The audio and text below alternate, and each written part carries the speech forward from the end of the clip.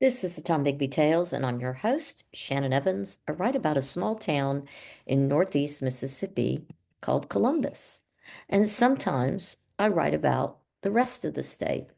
This episode is about Riverview, a Greek revival masterpiece of the Old South, and how the vision began. The story of Columbus begins with Native American roots, where Chickasaw and Choctaw peoples called the area Possum Town.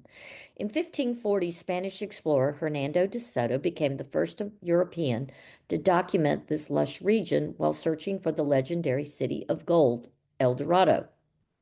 The area remained largely untouched by European settlers until the late 1700s when William Cooper established a trading post nearby.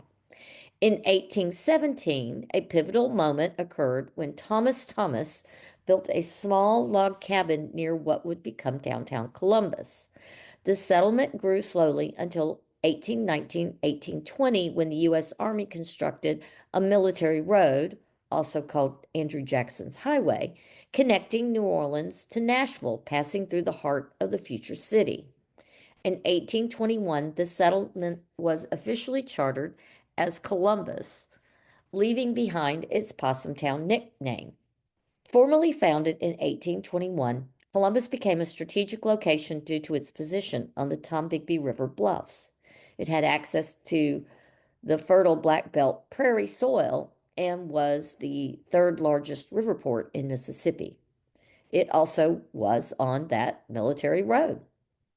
The 1820s brought significant developments, including the arrival of the first steamboat, the cotton plant, in 1922, and education took root with the establishment of Franklin Academy, the state's first free public school. The period from 1835 to 1860 marked Columbus's golden age. The rich Black Belt prairie soil, the rich Black Belt prairie soil attracted wealthy planters from the East Coast who built grand mansions throughout the city. By the 1860s, Columbus was booming with a population of 3,500, filled with churches and schools and thriving businesses, including 37 manufacturing establishments. The 1830s and 40s had brought unprecedented change to Mississippi, where Native American tribes once lived. Now, vast cotton plantations now stretched across the fertile soil. The state's population exploded nearly 200% as settlers poured in seeking fortune in the cotton boom. Columbus exemplified this transformation. From a frontier trading post of just under 2,000 people in 1830, it grew into a sophisticated town of over 8,000 by 1850. Its location on the river made it ideal for shipping cotton to Mobile and New Orleans. Elegant hotels, churches, and academies lined the streets. The sound of hammers echoed as fine homes rose on every hill. The 1830s marked a transformative period in Mississippi's history. Following the treaties with the Choctaw and Chickasaw nations in the 1820s, over 20 million acres became available for settlement. This led to a 175% population increase between 1830 and 1840, and a 197% increase in an enslaved population.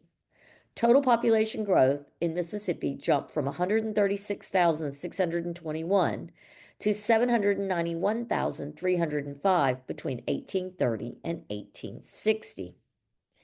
In the warm spring of 1847, Colonel Charles McLaran stood on a hill overlooking the bustling river town of Columbus, Mississippi.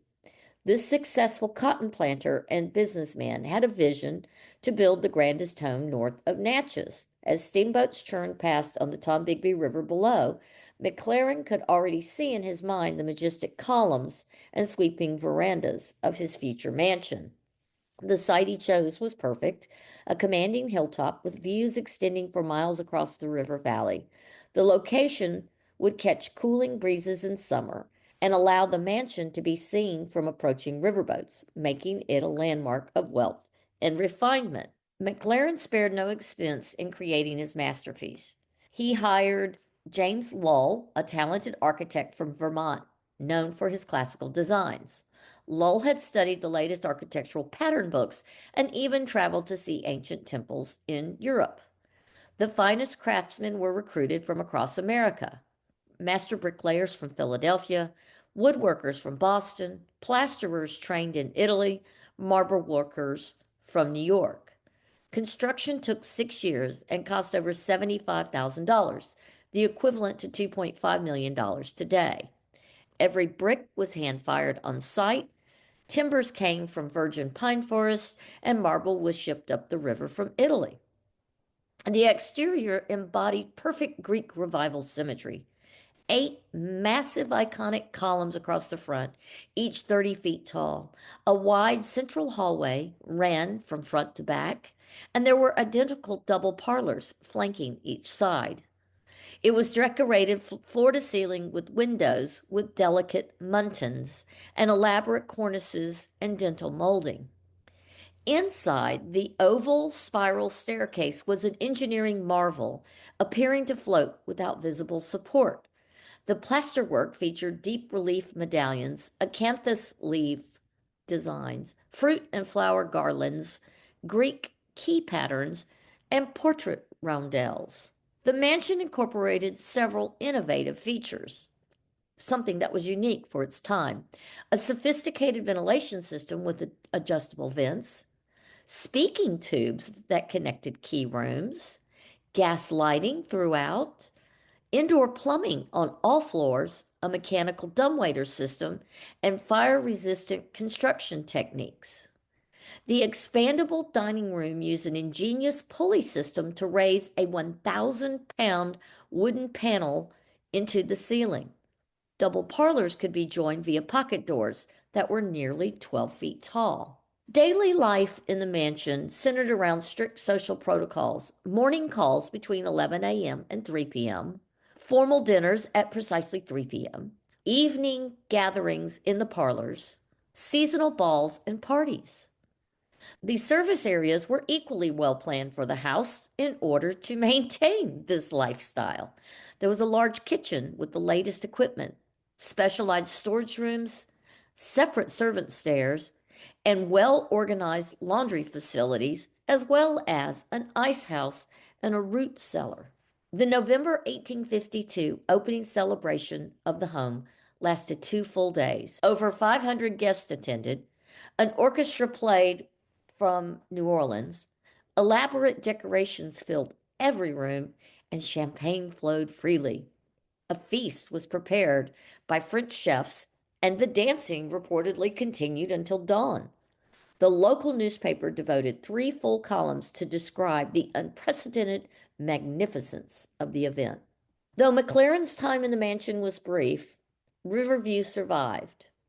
It was carefully restored in the 1890s, and then it was listed on the National Register